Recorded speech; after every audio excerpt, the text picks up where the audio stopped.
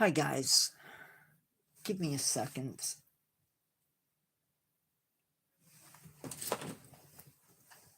I gotta take care of something.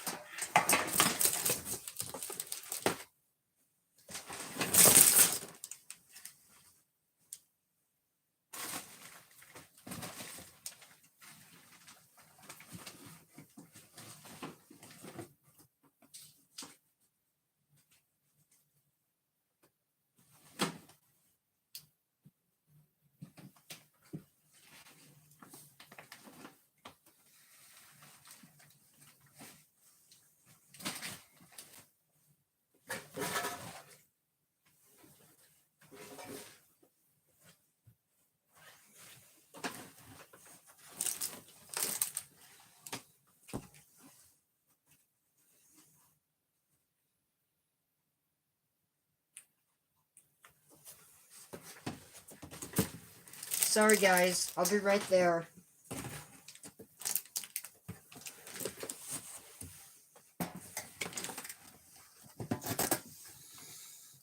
Hey predecessor.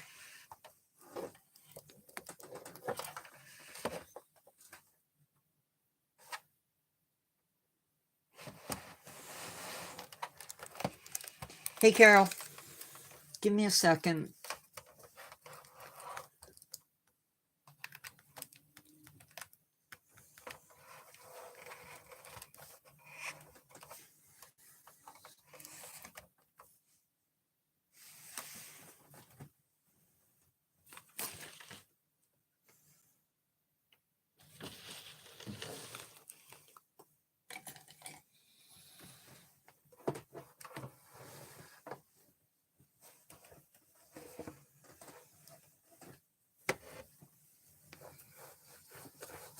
I know I'm taking forever, just give me a second.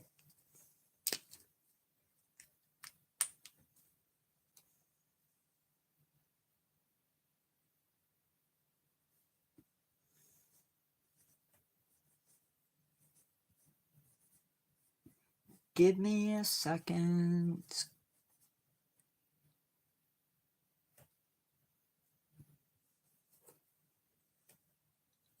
That's okay.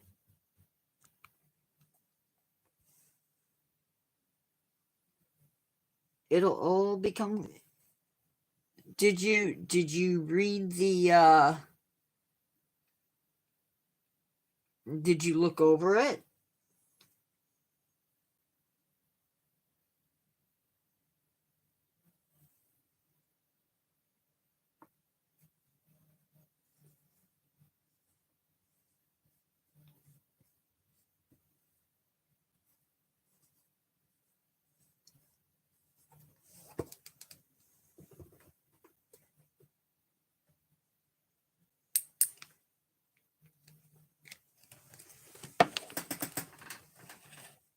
Okay.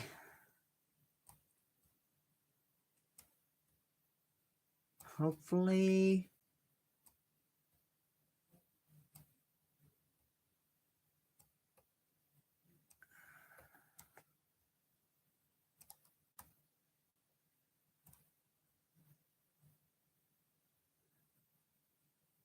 Oh, because...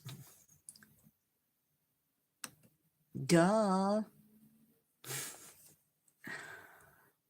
Oh, my brain is a very scary place.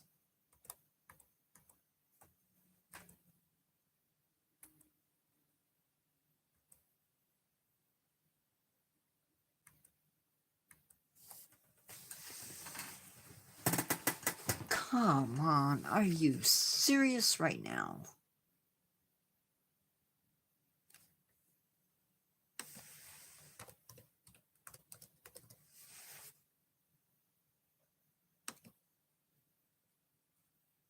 There we go. I'm one step closer to being ready.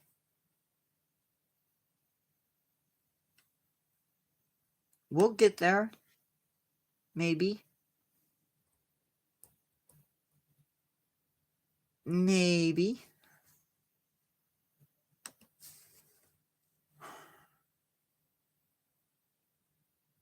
Carol, I think there's going to be a reckoning. I'm feeling it in my bones. Okay, so I have to do something really, really quick. Maybe. It should be really quick. I am sorry for wasting your guys' time, but I did not get set up as fast as I would have liked to have, because I was working on stuff. And then I went downstairs. Okay.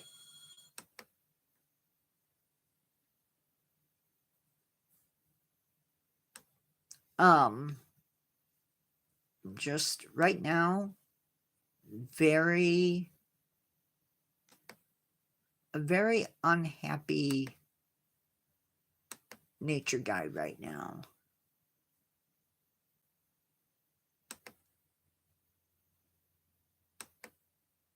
Whoa, cancel.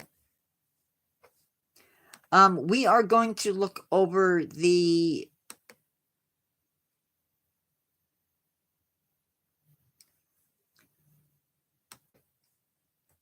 recap for this week. We had 6 videos, 1 short, 5 live streams, and 9 posts last week.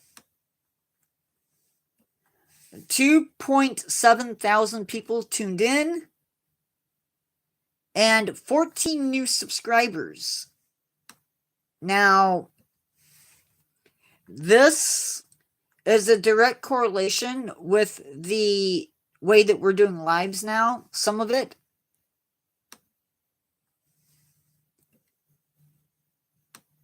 I won't say that all of it is. People watched Whale Tales, 2 Groups of Whales, and Ohm.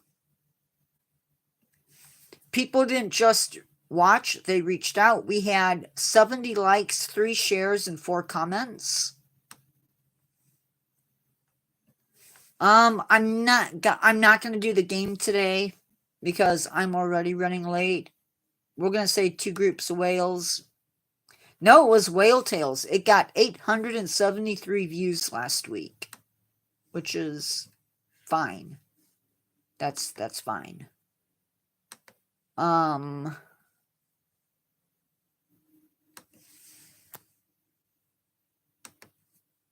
then we have 94 subscribers on the Replica World thing. Yeah, I don't know how I feel about that. So we had 1 video, 4 shorts, and 2 live streams on the other channel. We had 1.2 thousand people tuned in. We got 4 new subscribers, which is very cool. They watched Predators from the Time of the Megacerops, Bowhead Whale Toy Review, and African Lion Toy Review. There were 24 likes, 3 shares, and 1 comment. And I believe that comment was from... Oh, wow. So this time it was not the Bowhead Whale that got the views. It was Predators from the Time of Megacerops. It got 512 views in the last week. Woohoo! Just so you guys know and are aware, we have 94 subscribers on the Replica channel. And 711 subscribers on the Nature Guy on this channel. And the last live had 95 views and 2 likes, but there were way more than 2 likes. I had like 9 likes or 6 likes or something like that by the end. So I don't know where my likes went, but they need to come back. Okay. So you may be a little bit confused. That's okay. Let's get into this. It's no secret that in nature there are relationships going on between animals and animals, between plants and animals, animals and fungi. That is looking way too dark. I think I can remedy that. That's a little bit better. Between plants and fungi and other very diverse relationships. Today, we're going to be talking about as many of the ecological relationships that I could squeeze in. And most of it is going to be spent on commensalism. I did not get into a definition of symbiosis, so we will cover that in just a second, or, well, at the end, we'll cover that. Now, commensalism is defined as a relationship where one organism benefits, but the other doesn't. Now, they're also not harmed. This is very different from mutualism and very different from parasitism. One example of this are these tiny fish that actually live amongst the tentacles of jellyfish. Don't know how they go about not getting stung. Some of them actually live around the bell of the jellyfish.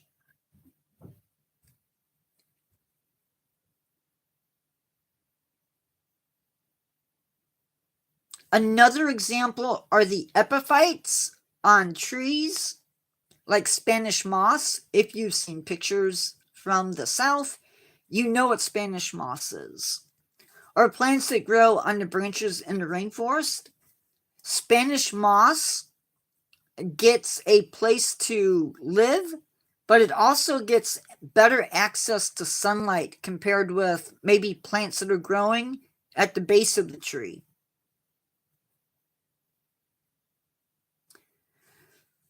So those are two examples of commensalism, but there is a type of commensalism, and I'm going to mess up the name. So rather than mess up the name, I'm going to hop on to YouTube really, really quick, so I don't have to sound like a dummy. And it should already be muted, so you don't have to hear me.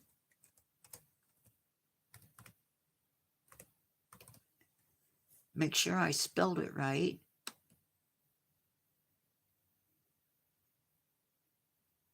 Yes. Okay. There it goes. Good job. Sorry, it's not me, but I was on the other channel and I didn't switch. That's okay. So this type of, I believe it's 4C, maybe not. But in this commensalism, this is where one organism attaches to another in order to travel. You see this a lot, actually, in insects.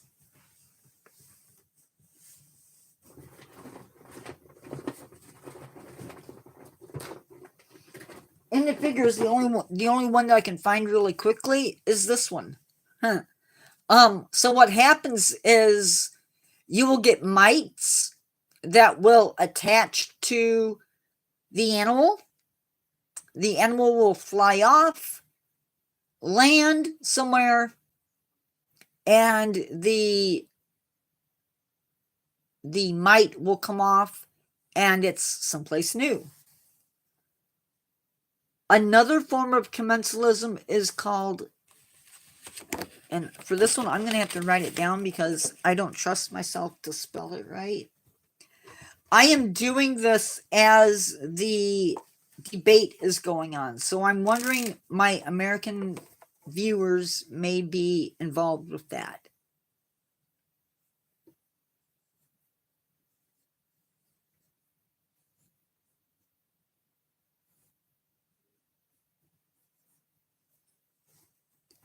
Now I'm thinking I spelled this correctly, but if I didn't, it's too bad.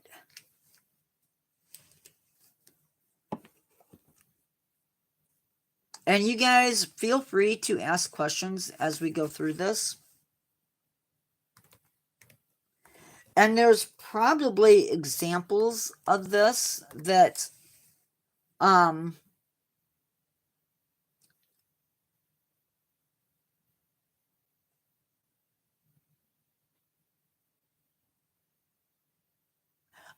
I thought it started. Okay, I was wrong. I like being wrong sometimes. And this one, which is called inquiline. Yeah. I'm going to pretend like I didn't say that. This is where a species lives within the nest, the burrow, or the dwelling of another species. So this could be a mouse living in your house. It could be a woodpecker living in a tree. This could be well, it could be the bugs that live inside a tarantula's burrow. So there's a lot of wiggle room in that one. Yeah, I would imagine so, Carol. Metabiosis. Now, this is when one organism creates suitable habitat for another species. And I thought this was, not gonna lie, a little bit far-fetched. At least in my eyes.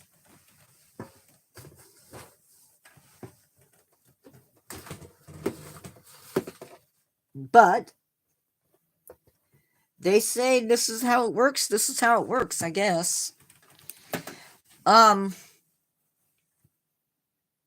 So in this case, you have the hermit crab and a gastropod shell, or a type of snail shell, right? So the hermit crab, when it gets too big for a shell, has to find a new one. So they'll crawl out of it, and they need to find one pretty quickly, otherwise they're in trouble. But hermit crabs,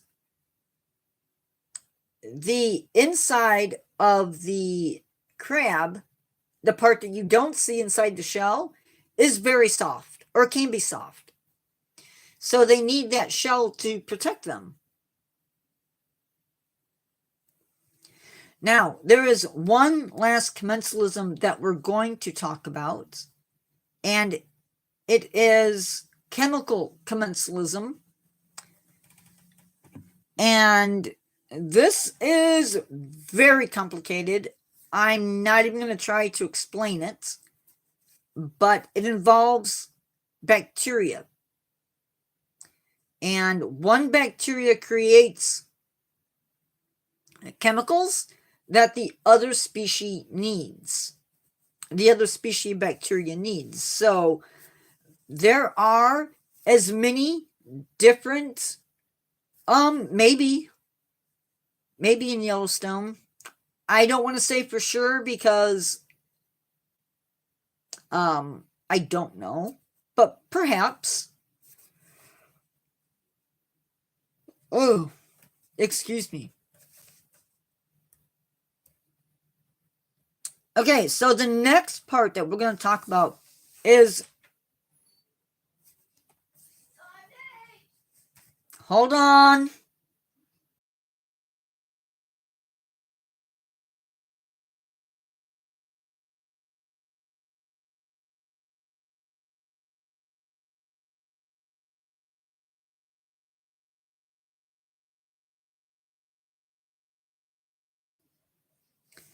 Yeah, but it can wait. I would think by now. Yeah, anyway. And parasitism, it just makes sense. One organism is the bad guy, sort of. I don't want to say it's the bad guy, but it's the bad guy.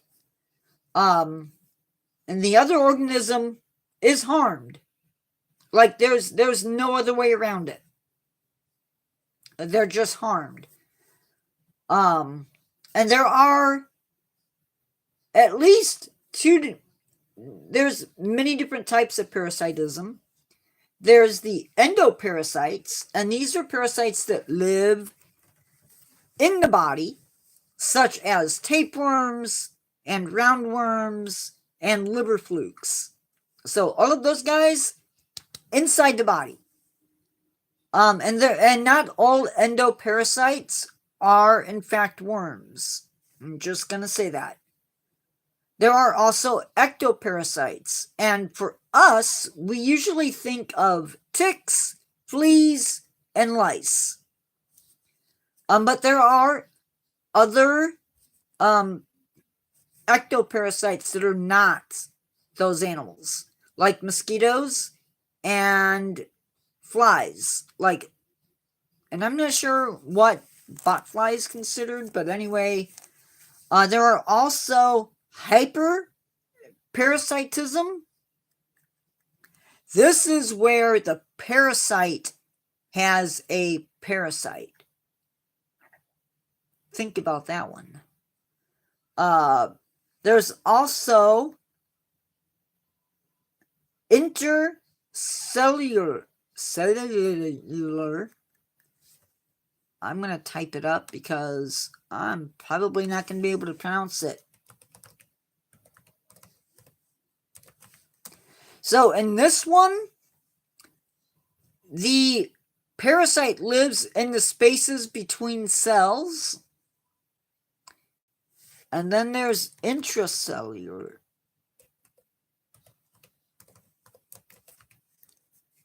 And in this, wow, am I lagged? Maybe because I started up late. In intracellular, they live inside the cell. Sort of like a virus. There's social parasites. And this is kind of cool. So there are some ant species where the ants have they don't have workers. They have soldiers, but they don't have workers. So in order to get workers, they go off and they go to war. And they make slaves of other ants. That sounds a little bit like us, not gonna lie. But there's also another type of parasite, and we've talked about these before. These are brood parasites. And we see this a lot with birds, where a cuckoo will lay their eggs in other birds' nests, and the other parents will raise that baby. Now, in the process, their clutch of babies may be kicked out of the nest by the baby cuckoo. We also see this in the United States with brown-headed cowbirds. So that is a thing. Now we come to mutualism. And this is a relationship in which both species in the relationship are benefited. So very different from commensalism, where only one benefits. Very different from parasitism. So the first one is obligate. mutualism. And this is where one species cannot survive without the other. So an example of this is the yucca plant.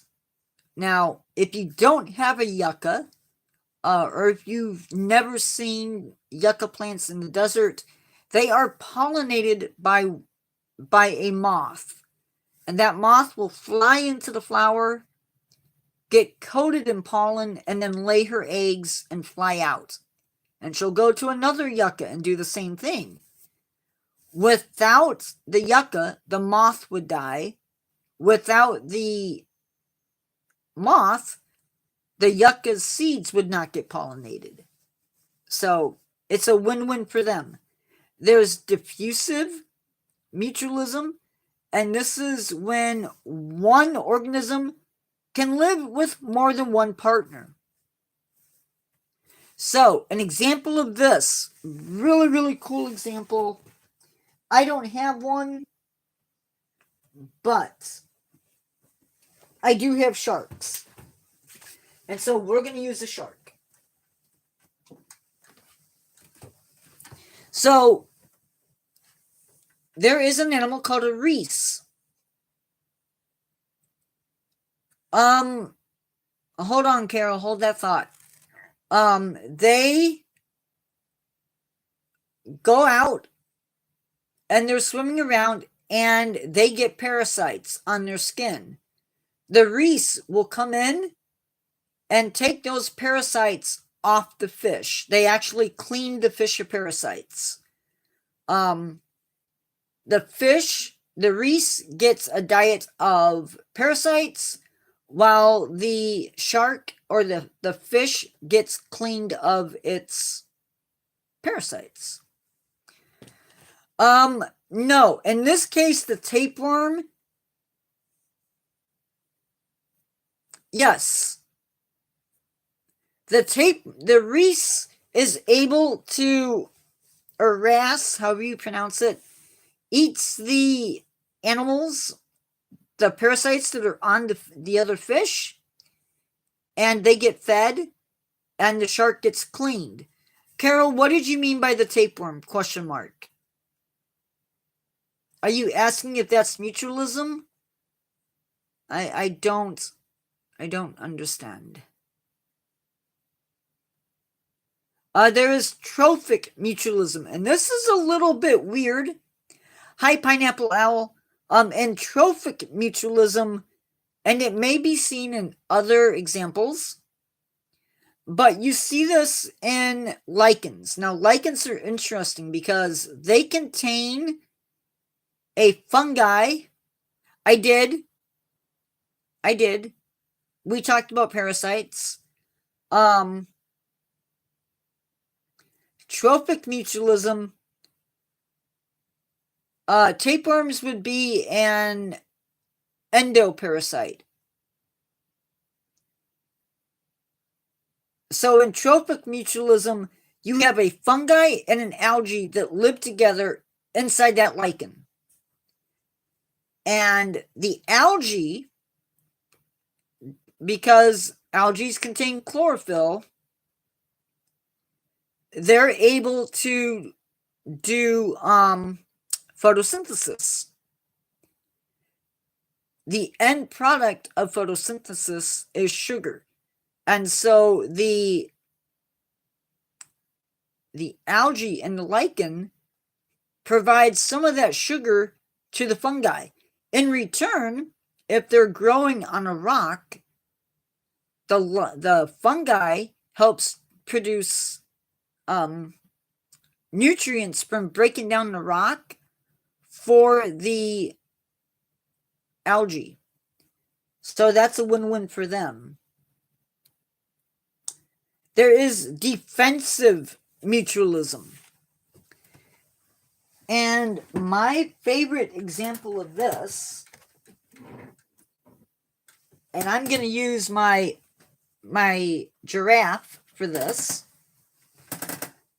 There are ants that live inside trees called acacia trees. And what they'll do is they'll have a swollen tip on the branches, and the ants are able to use that for a nest. The ants get a place to live, and the tree even provides food for those ants. So they get a place to live and food. In return, the tree gets protection.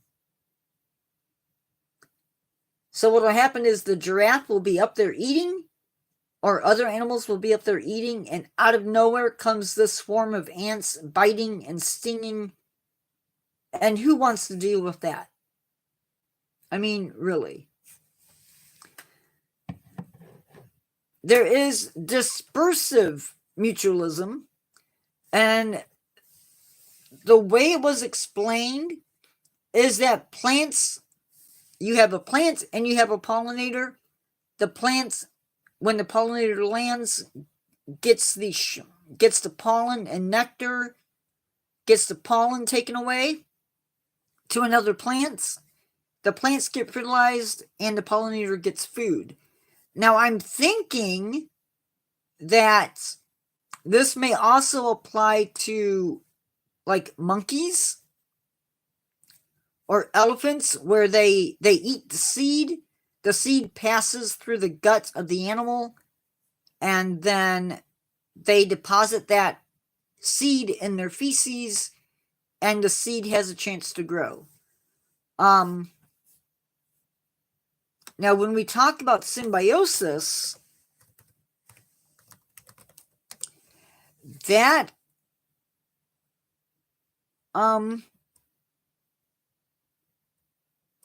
is a little bit different.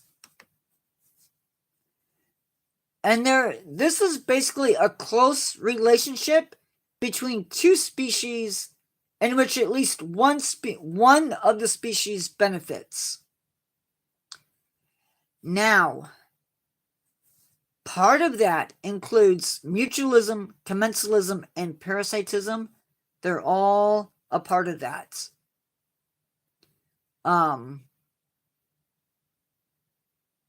So yeah. Guys, I hate to do this, but I'm going to call it so that I can go eat. Pineapple Owl, I'm sorry you were in so short. I would stay, but I do need to eat. It's been a while since I ate. So thank you for coming in. If I have a chance, I may pop back in after I eat. But I do want to say that I'm a little bit unhappy. I thought I was going to have tomorrow completely off, and I get a text from my nephew, can you be at the house at noon? I think I'm probably going to be a bad uncle-in-law, and I'm going to snap. But I will talk to you guys later. I'll let you know how tomorrow goes. Bye-bye.